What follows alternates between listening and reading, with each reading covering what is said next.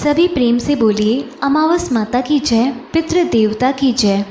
प्रिय श्रोताओं, आज आषाढ़ अमावस्या है, जिसे हलहारिणी अमावस्या भी कहते हैं। इस बार अमावस्या का यह शुभ दिन मंगलवार के दिन पड़ रहा है। ऐसे में यह भौमवती अमावस्या भी होगी। तो आज के इस वीडियो में आप सुनेंगे आषाढ़ अमावस्या की कथा। इस कथा को अंत तक श्रद्धापूर्वक अवश्य सुनें।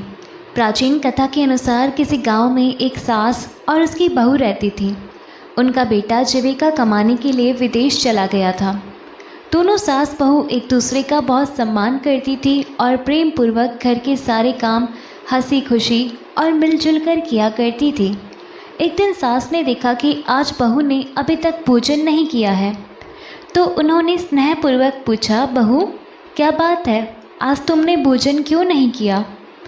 बहू ने विनम्रता से उत्तर दिया, माँ जी, आज मेरा अमावस्या का व्रत है, इसी कारण मैंने भोजन ग्रहण नहीं किया। सास ने आश्चर्य से पूछा, बेटी, यह अमावस्या का व्रत क्या होता है? इससे क्या फल प्राप्त होता है? मुझे भी विस्तार से बताओ। तब बहू बोली, माँ जी, अमावस्या का व्रत अत्यंत पुण्यदायक माना गया है। इसके प्रभाव से घर में अन्न और धन की वृद्धि होती है, परिवार में सुख शांति बनी रहती है, स्त्री को अखंड सौभाग्य प्राप्त होता है और संतान का सुख भी मिलता है। इस व्रत का नियम कई वर्षों तक चलता है। प्रत्येक वर्ष अलग अलग प्रकार का सात्विक भोजन व्रत के दिन ग्रहण किया जाता है और भगवान श्री विष्णु के मंदिर में या फिर किसी अन्य योग्य ब्राह्मण को अपनी सामर्थ्य के अनुसार दान दिया जाता है।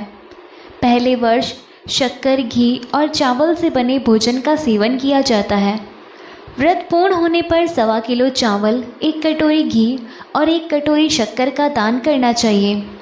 दूसरे वर्ष जौ, घी और शक्कर से बने भोजन का सेवन किया जाता है और अमावस्या का व्रत पूर्ण होने पर अगले दिन 1.25 किलो जौ, 1 कटोरी घी और 1 कटोरी शक्कर का दान मंदिर में या ब्राह्मण को दिया जाता है। तीसरे वर्ष तिल और घी से बने व्यंजन ग्रहण किए जाते हैं। व्रत पूर्ण होने पर तिल, गुड़ और घी का श्रद्धापूर्वक दान किया जाता है। इतना कहने के बाद बहू ने आगे कहा, माँ जी, इस व्रत का संकल्प लेने के बाद इसे पूरी श्रद्धा और नियम पूर्वक करना आवश्यक होता है। यदि बीच में नियम भंग हो जाए या व्रत अधूरा छोड़ दिया जाए तो घर में कलह, अशांति और अनेक प्रकार की परेशानियां उत्पन्न हो सकती है। अमावस माता ऐसा करने से रुष्ट हो जाती है। सास ने बड़े गंभीर स्वर में कहा, बेटा, अब मेरी आयु तो अधिक हो चुकी है, इसलिए मैं तो इस व्रत को नहीं कर पाऊंगी, लेकिन तुम इसे पूरी श्रद्धा से अवश्य करना। बहू ने अपनी सास की आज्ञा मानकर पूरे नियम और भक्ति के साथ अमावस्या व्रत का संकल्प ले लिया। समय बीतता गया। एक दिन किसी के कहने पर बहू ने भूलवश गेहूं की रोटी खा ली। उसके इस नियम भंग होने से अमावस माता अप्रसन्न हो गई। धीरे धीरे उस घर का वातावरण बदलने लगा। जहाँ पहले सास और बहू में बहुत प्रेम था, वहीं अब छोटी छोटी बातों पर झगड़ा होने लगा। दोनों के बीच कड़वाहट बढ़ती चली गई। पूरे गांव के लोग यह परिवर्तन देखकर आश्चर्य करने लगे कि जो सास बहू कभी मिसाल मानी जाती थी, उनके बीच अचानक इतना बैर कैसे उत्पन्न हो गया। और एक दिन तो क्रोधित होकर सास अपनी बहू से बोली, जब से तुम इस घर में आई हो तभी से हमारे घर की लक्ष्मी रूठ गई है और अब पहले जैसी समृद्धि भी घर में नहीं रही। बहू ने शांत स्वर में कहा, माँ जी, अगर सचमुच घर की लक्ष्मी चली गई है तो मुझे बताइए वे कहाँ मिलेगी, मैं उन्हें खोजकर अवश्य वापस ले आऊँगी। सास ने व्यंग में कहा, अगर खोज सकती हो तो समुद्र के बीचों बीच भगवान श्री विष्णु के चरण दबाती हुई माता लक्ष्मी तुम्हें मिलेगी। बहू ने दृढ़ निश्चय करते हुए कहा, माँ जी, जब तक मैं माँ लक्ष्मी जी को वापस नहीं ले आऊँगी तब तक इस घर में प्रवेश नहीं करूँगी। ऐसा कहकर बहू ने भगवान का स्मरण किया और माता लक्ष्मी की खोज में अकेले ही निकल पड़ी। भगवान का नाम लेते हुए बहू अपने घर से निकल पड़ी। उसके मन में ना कोई भय था और ना ही अपने लिए कोई चिंता। उसके मन में बस एक ही संकल्प था, माँ लक्ष्मी जी को प्रसन्न करके अपने घर की सुख समृद्धि वापस लानी है। चलते चलते सबसे पहले उसे मार्ग में गौ माता दिखाई दी। गौ माता अत्यंत उदास खड़ी थी। उन्होंने प्रेम पूर्वक बहू को रोकते हुए पूछा, बेटी, तुम इस निर्जन सुनसान मार्ग में अकेली कहाँ जा रही हो? बहू ने विनम्रता से उत्तर दिया, गौ माता, मैं माँ लक्ष्मी जी की खोज में जा रही हूँ, क्योंकि मेरी सास का विश्वास है कि घर की लक्ष्मी हमसे रूठ गई है और मैं जब तक उन्हें वापस नहीं लाऊंगी तब तक घर नहीं लौटूंगी। गौ माता बोली, अगर तुम सचमुच भगवान के धाम तक पहुँचो तो उनसे मेरी भी एक पीड़ा अवश्य पूछना।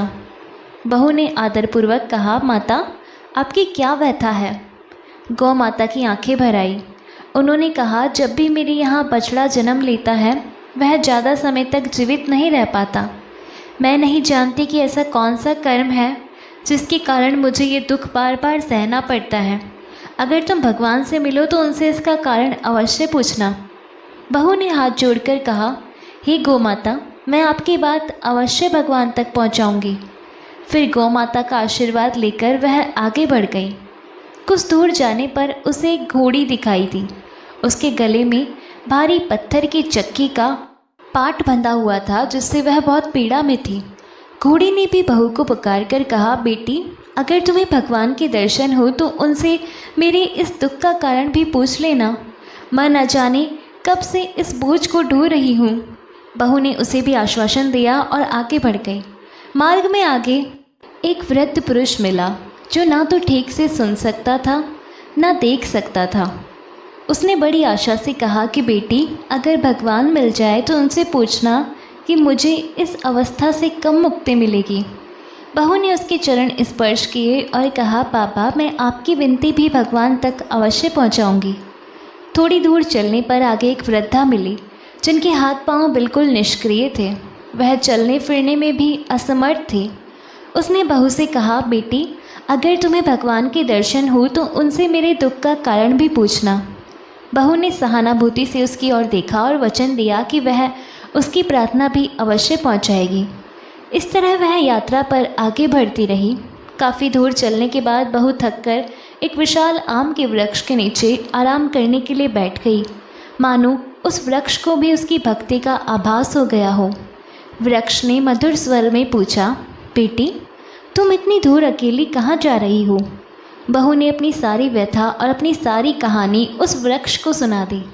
यह सुनकर आम का वृक्ष बोला, अगर भगवान से तुम्हारी भेंट हो तो उनसे यह भी ज़रूर पूछ लेना कि मेरे फल हमेशा खट्टे ही क्यों निकलते हैं।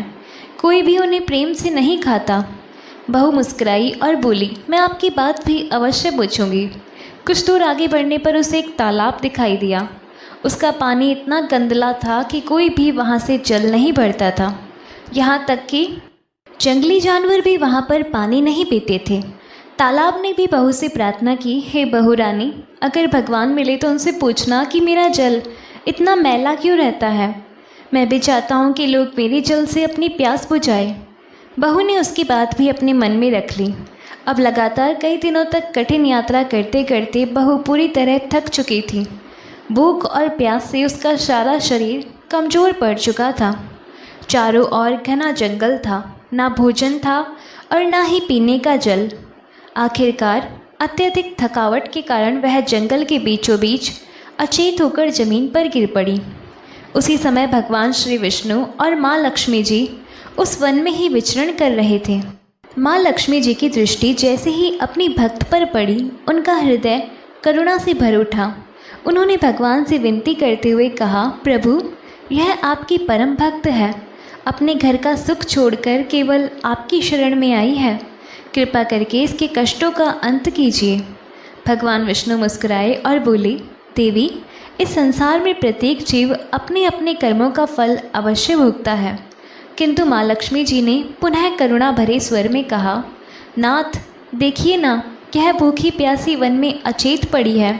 अगर इसे ऐसे ही छोड़ दिया गया तो कोई हिंसक पशु इसका शिकार कर सकता है। माँ लक्ष्मी जी की प्रार्थना सुनकर भगवान विष्णु ने एक साधु का रूप धारण किया और बहू के पास पहुंच गए।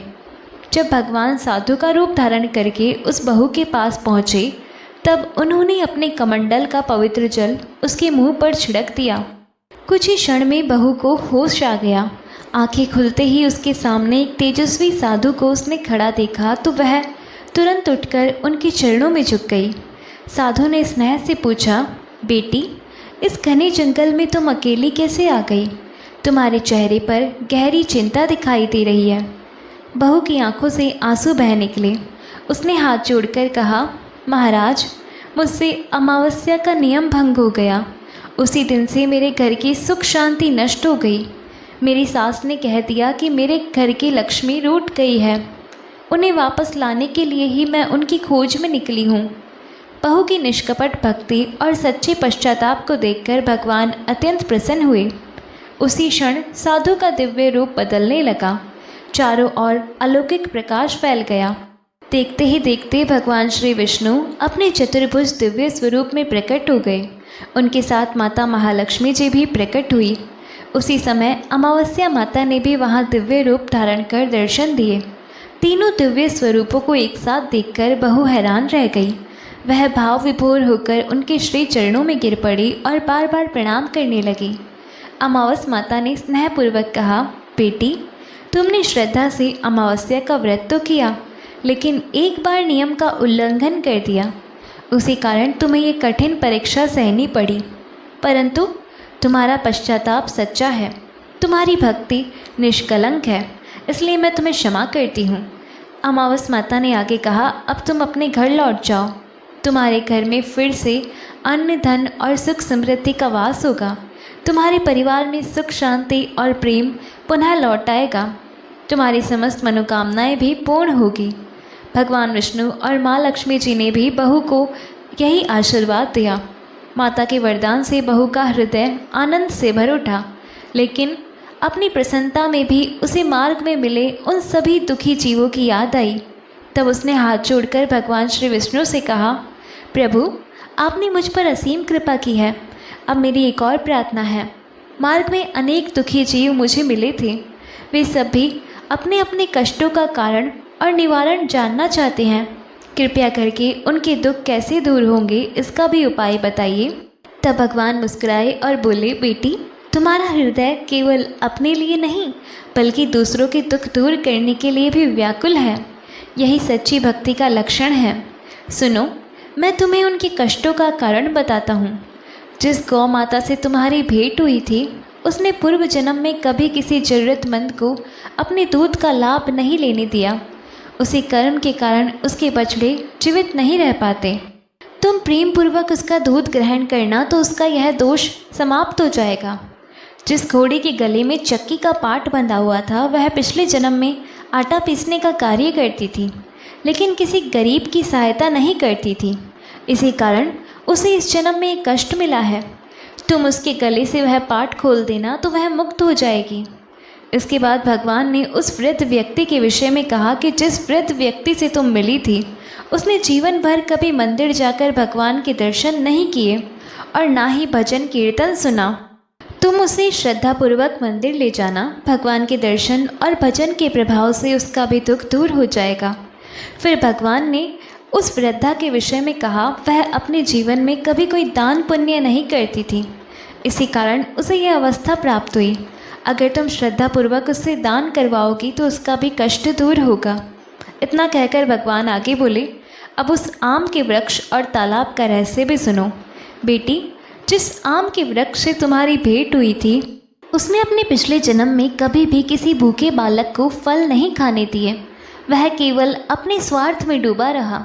इस कारण आज उसके सभी फल खट्टे होते हैं। तुम उसके फल प्रेम से ग्रहण करना तो उसके फल मधुर और रसदार होने लगेंगे। इसके बाद भगवान ने तालाब का रहस्य बतलाते हुए कहा कि जिस तालाब को तुमने देखा, वह पिछले जन्म में देवरानी और जेठानी थी। वह हर समय आपस में कलह और बैर रखती थी। उसी पाप के कारण आज उसका जल मैला हो गया। तुम श्रद्धापूर्वक उसका जल ग्रहण करना, उसका जल निर्मल और पवित्र हो जाएगा। भगवान की बातें सुनकर बहू ने हाथ जोड़कर तीनों देव स्वरूपों को बारंबार प्रणाम किया। भगवान श्री विष्णु, माँ लक्ष्मी जी और अमावस माता ने उसे आशीर्वाद दिया और अंतर ध्यान हो गए। बहू प्रसन्न मन से अपने घर की ओर लौटने लगी। चलते चलते सबसे पहले वह तालाब के पास पहुंची। उसने श्रद्धा से उसका जल पिया। देखते ही देखते तालाब का गंदा जल निर्मल और स्वच्छ हो गया। अब वहाँ से गांव के लोग भी जल लेने लगे। उसके बाद वह आगे बढ़ी तो आम का वृक्ष मिला। उसने श्रद्धापूर्वक उसका एक फल ग्रहण किया। भगवान के वरदान से अब उस वृक्ष पर लगने वाले फल मीठे और स्वादिष्ट हो गए और लोग भी बड़े प्रेम से उसके फल खाने लगे। फिर बहू वृद्धा के पास पहुंची। उसने उसे दान पुण्य का महत्व समझाया और अपनी सामर्थ्य के अनुसार दान करवाया तो भगवान की कृपा से धीरे धीरे उसका भी दुख दूर होने लगा। इसके बाद बहू उस वृद्ध व्यक्ति के पास पहुंची और उसे सहारा देकर भगवान के मंदिर ले गई। जैसे ही उस वृद्ध व्यक्ति ने श्रद्धापूर्वक भगवान के दर्शन किए, भजन कीर्तन सुना कि उसके जीवन में नई चेतना आ गई। उसके चेहरे पर वर्षों बाद प्रसन्नता लौट आई। उसे ठीक से दिखना और सुनना भी शुरू हो गया। उसके बाद बहू चलकर घोड़ी के पास पहुंची जहां उसके गले में भारी चक्की का पाट बंधा था। उसे खोल दिया। वर्षों से कष्ट सहन कर रही घोड़ी को मानो नया जीवन मिल गया हो और वह आनंद से इधर उधर दौड़ने लगी और बहू को आशीर्वाद देने लगी। अब सबसे अंत में वह गौ माता के पास पहुंची तो उसने भगवान की आज्ञा के अनुसार प्रेम पूर्वक उनका दूध ग्रहण किया। उसी क्षण गौ माता का दुख दूर हो गया और भविष्य में उनके बछड़े स्वस्थ रहने का वरदान मिला। गौ माता ने भी बहू को ढेरों आशीर्वाद दिए। इसके बाद बहू अपने घर पहुंची। जैसे ही उसने घर की चौखट पर कदम रखा, एक अद्भुत चमत्कार हुआ। जो घर पहले अभाव और दुख से घिरा हुआ था, वह मानो महल के समान सुशोभित दिखाई देने लगा। पूरा घर अन्न और धन तथा वैभव से भर गया। चारों ओर सुख शांति और समृद्धि का वातावरण छा गया। सास यह सब देखकर हैरान रह गई। बहू ने हाथ जोड़कर विनम्रता से कहा, माँ जी, आपने ठीक ही कहा था। हमारे घर की लक्ष्मी रूठ गई थी, लेकिन यह सब अमावस माता और भगवान श्री लक्ष्मी नारायण जी की कृपा से पुनः लौट आया है। सास की आंखों से पश्चाताप के आंसू बहने लगे। उन्होंने बहू को गले लगा लिया और कहा, बेटी, मैंने क्रोध में आकर तुम्हें बहुत कुछ कह दिया था, मुझे क्षमा कर दो। वास्तव में ये सब तुम्हारी श्रद्धा, तुम्हारे व्रत और तुम्हारी भक्ति का ही फल है। दोनों सास बहू प्रेम पूर्वक गले मिल गई। कुछ समय बाद विदेश गया बेटा भी अपने घर वापस लौट आया। उसने घर की बदली हुई स्थिति देखी तो हैरान रह गया। सास ने उसे पूरी घटना विस्तार से सुना दी। यह सुनकर वह भी भगवान श्री विष्णु, माँ लक्ष्मी जी और अमावस माता की महिमा का गुणगान करने लगा। उस दिन से पूरा परिवार श्रद्धापूर्वक अमावस माता की पूजा करने लगा और जीवन भर सुख शांति तथा समृद्धि के साथ रहने लगा। श्रोताओं, व्रत केवल उपवास का नाम नहीं बल्कि श्रद्धा, नियम, सेवा, दया और निष्काम भाव का पालन भी है। अगर भूल हो जाए तो सच्चे मन से पश्चाताप करने पर भगवान अवश्य ही क्षमा कर देते हैं। जो व्यक्ति दूसरों के दुख को अपना समझता है और भगवान पर अटूट विश्वास रखता है, उस पर भगवान की कृपा अवश्य बरसती है। प्रिय भक्तजनों, इस तरह अपने इस पावन आषाढ़ अमावस्या की कथा को श्रद्धा और विश्वास के साथ अगर सुना है तो अमावस माता, भगवान श्री विष्णु और माँ लक्ष्मी जी की कृपा आपके घर परिवार पर बनी रहे। आपके पितृ प्रसन्न हो, सभी संकट दूर हो, घर में सुख समृद्धि का वास हो और आपकी प्रत्येक शुभ मनोकामना पूर्ण हो। तो सभी प्रेम से बोलिए अमावस माता की जय। सभी प्रेम से बोलिए श्री लक्ष्मी नारायण भगवान की जय। बोलिए भोलेनाथ और माता पार्वती की जय।